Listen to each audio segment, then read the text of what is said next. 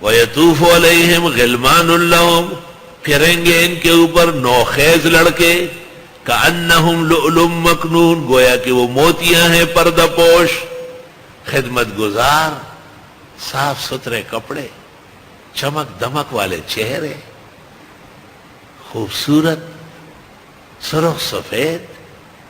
یہ نہیں کہ آپ نے ایسا خادم کھڑا کیا ہے کہ اس کی ایک آنکھ عرش پر ہے دوسری فرش پر ہے اور اس کے کپڑوں سے بدبو آ رہی ہے، تو اس کے ہاتھ سے کون کھانا لے گا اور پانی لے گا؟ یہ ڈسپلن ہے، اسلام کی اونچی تعلیمات میں سے عمدہ ڈسپلن ہے۔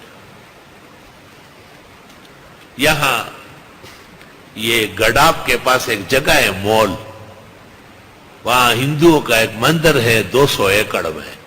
ہندوستان کے ہندو جب تخصص کرتے اور سادھو بنتے ہیں تو یہاں آ کر سال 2 سال گزارتے ہیں، اور وہاں کی جو بڑی تھی وہ لکی مروت کی تھی، پورا خاندان چلا ہے۔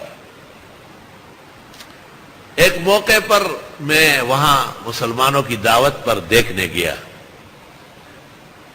تو وہ تو بڑی تفصیل ہے اس کی۔ نوجوان لڑکے تھے، سفید کپڑے پہنے ہوئے اور سفید ٹوپی ہے سروں پہ، وہی مردان کی ٹوپی، اور چھوٹی چھوٹی داڑیاں چہرے پہ چمک رہی ہے۔ وہ ہمارے آگے پیچھے ہو رہے، خاطر تواضع کر رہے ہیں۔ تو میں نے ان سے کہا آپ لوگ مسلمان ہیں؟ کہنے لگے اللہ نہ کرے۔ میں نے کہا پھر کہ ہم بھی ماتا کو خدا کہنے والے ہیں، میری ہندو لڑکے۔ میں نے کہا یہ سفید کپڑے اور یہ سفید ٹوپیاں اور چہرے پہ بال داڑیاں، کہا یہ آپ کے آمد پر ماتا نے حکم دیا تھا کہ طالب علموں جیسی شکل بناؤ تاکہ مفتی صاحب خفا نہ ہو جائے۔ دیکھو،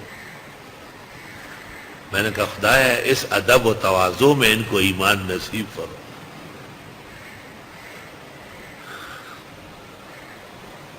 اللہ وَيَطُوفُ عَلَيْهِمْ غِلْمَانٌ لَهُمْ، اور پھریں گے ان کے اوپر نوخیز لڑکے،